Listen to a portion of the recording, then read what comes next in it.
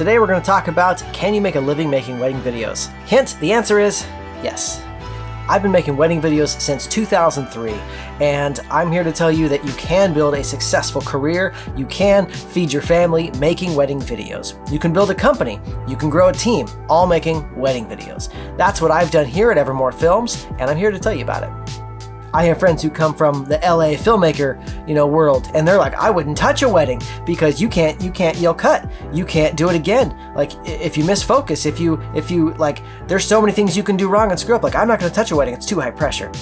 The thing is, you can learn to work with all of that pressure, and working with someone who's skilled and who has experience in working with that pressure is a great way to get a leg up in learning how to do that quickly. So are weddings hard? Yes, but they don't have to be. And if you build a proper professional career as a wedding videographer, you can make it easy too. At this point in my career, weddings are a walk in the park. Not that there's no challenges, not that there's never anything that challenges me, not that I don't care, not that we just go, whatever, just pulling a camera out and film it, it's fine.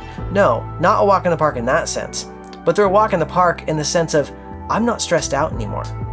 When I started 20 years ago, I called other local videographers as a high school kid and said, hey, I'd like to start making wedding videos. What should I charge?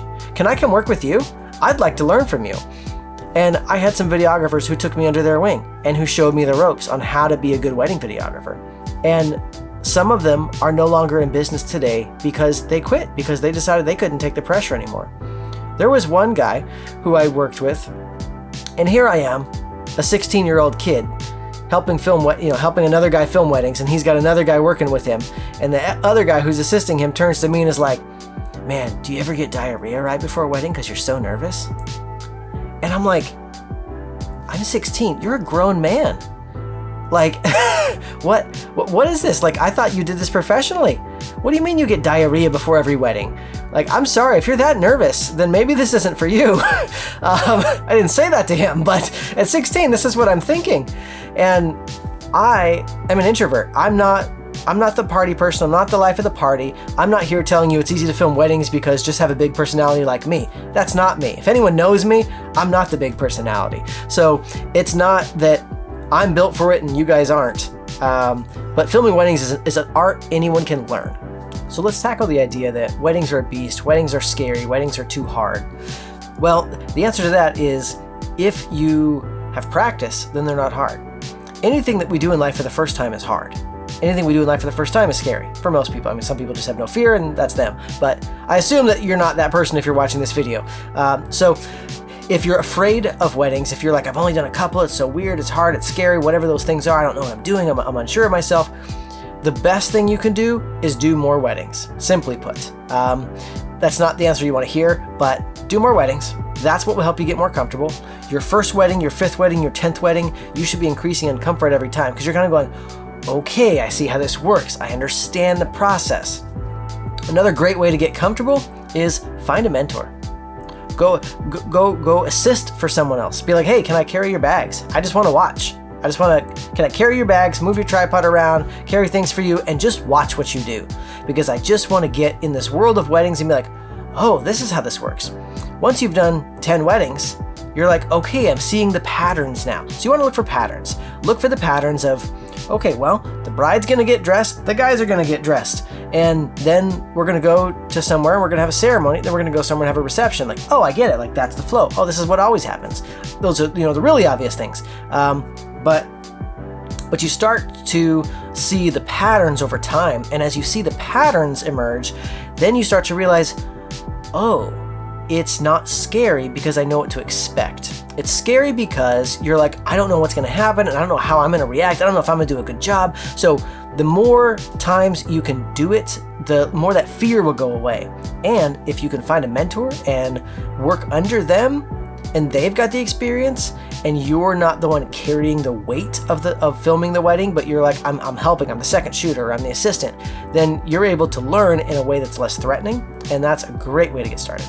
So now you're wondering, how do I book more weddings? How do I get more experience? Well, I'll tell you, what you don't want to do is get stuck as the $300 wedding videographer, because you're going to burn out and die real fast if you're doing weddings for $300. So you want to think that there are pricing levels in the market. So you have like the super duper cheap weddings for $300, and then you've got like the budget weddings for $1,500 dollars, and then you've got the mid-range for $3,000, and then the high end for $6,000 plus. And in every market that's a little bit different, but those are some typical numbers.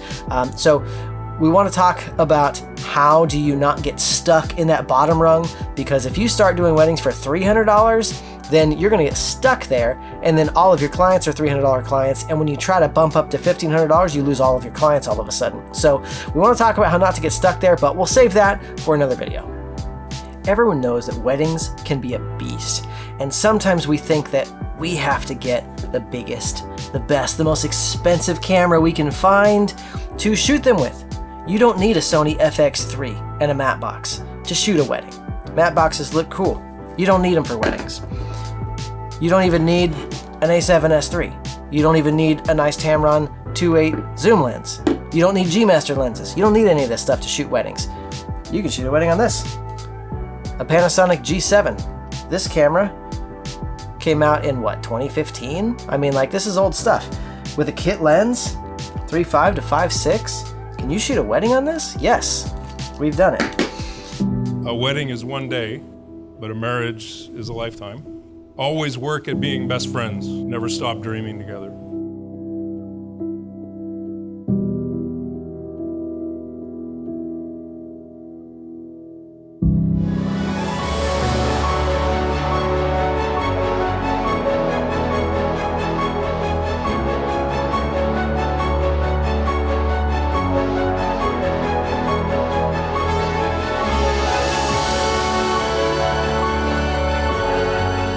Is this camera great? Is this camera nice? Is it wonderful to shoot weddings with? Yes.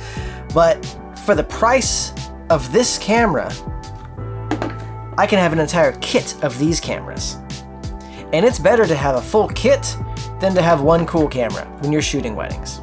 It's not about the gear you use, it's about the talent that you have, it's about your artistic eye, it's about your ability to walk into a stressful wedding situation, help people calm down and enjoy themselves.